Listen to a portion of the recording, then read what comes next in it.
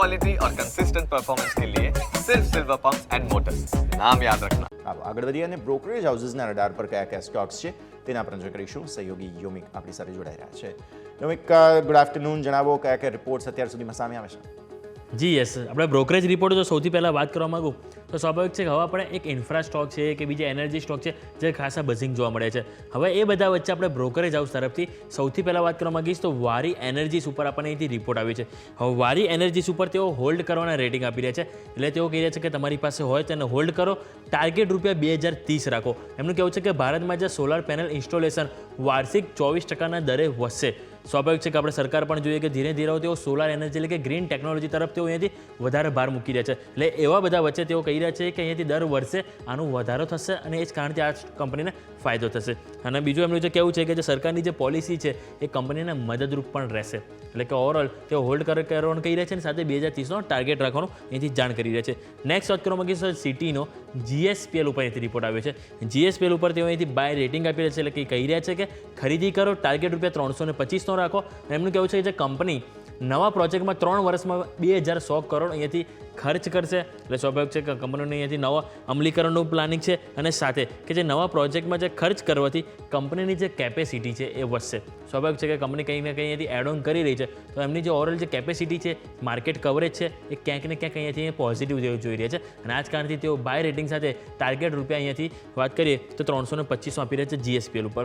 Tata motors ઉપર આપણને HSBC તરફથી રિપોર્ટ આવ્યો છે. અહીંયા પણ રેટિંગ આપણને બાયના છે, ટાર્ગેટ ₹930 છે. એમનું કહેવું છે કે જે સ્થાનિક બજારમાં એટલે કે ભારતમાં નવા જે કે નાના જે કોમર્શિયલ વ્હીકલ છે એનું વેચાણ વધ્યું છે. એટલે સ્વાભાવિક છે કે અહીંયાથી જે નાના નાના જે બી વ્હીકલ હોય છે એની ઉપર જે અધર કોમ્પિટિટર્સની સરખામણીમાં આ કંપની છે ટાટા મોટર્સ કે જેમણે માર્કેટમાં ક્યાંક ને ક્યાંક અહીંયાથી સ્ટ્રોંગનેસ તમને બતાવી છે. સાથે કે વર્તમાન જે ઘટાડા પછી વેલ્યુએશન ખરીદી માટે આકર્ષક છે. એક સમય આપણે જોઈએ તો આ સ્ટોક 1000ની ઉપર હતો અને અત્યારે આપણે જોઈએ તો ₹700 આજુબાજુ સ્ટોક આવી ગયો. એટલે સ્વાભાવિક છે કે આ જે ઘટાડો આવ્યો તેને એક વેલ્યુ ઓપોર્ચ્યુનિટી એટલે કે બાઇંગ તરીકે તેઓ જોઈ રહ્યા છે અને આ જ કારણથી તેઓ ખરીદીની સલાહ આપી રહ્યા છે. નેક્સ્ટ વાત કરીશું તો પતંજલિ ફૂડ ઉપર આપણને જેફરીઝ તરફથી બાય રેટિંગ આપવામાં આવે છે. ટાર્ગેટ ₹2025. કંપનીનું ફોકસ ડિસ્ટ્રીબ્યુશન વધારવા પર અને બ્રાન્ડને મજબૂત કરવા પર છે. અને સ્વાભાવિક છે કે જેટલા ડિસ્ટ્રીબ્યુશન વધારે એટલા તેઓ મેક્સિમમ કસ્ટમર સુધી પહોંચી શકશે. અને તેઓ અહીંયાથી સતત પ્રયત્ન કરી રહ્યા છે કે તેમની કઈ રીતે તેઓ પોતાની માર્કેટમાં તેઓ પોતાનું વર્ચસ્વ જાળવે એ વસ્તુ અહીંયાથી પતંજલિ ફૂડનું જે છે એ પસંદ આવી રહ્યું છે જેફરીઝને. એ જ કારણથી તેઓ બાય રેટિંગ ટાર્ગેટ ₹2050 આપી રહ્યા છે. તેમનું કહેવું છે કે ભારતીય જે ખાદ્ય તેલમાં બીજી સૌથી મોટી કંપની આ છે. એટલે સ્વાભાવિક છે કે આ કંપની ઉપર તેઓ ખાસ ફોકસ કરી રહ્યા છે. આ વાત થઈ પતંજલિ ફૂડની. નેક્સ્ટ વાત કરવા માંગીશ તો એ છે HPCL એટલે કે હિન્દુસ્તાન પેટ્રોલિયમ કે જેની ઉપર સિટી દ્વારા બાય રેટિંગ ટાર્ગેટ ₹460 આપવામાં આવ્યું છે. એમનું કહેવું છે કે જે LPG રિકવરી વિના પણ EBITDA 80% વધારે રહી શકે છે. એટલે સ્વાભાવિક છે કે LPGના જે બી ભાવનો વધઘટ થતી હોય છે એને સાઈડમાં મૂકીને પણ તેઓ કહી રહ્યા છે કે આ જે કંપની છે એના જે ઓપરેટિંગ નંબર EBITDA કે જેઓ સારા છે અને એ જ કારણથી તેઓ કંપની ઉપર પણ પોઝિટિવ છે.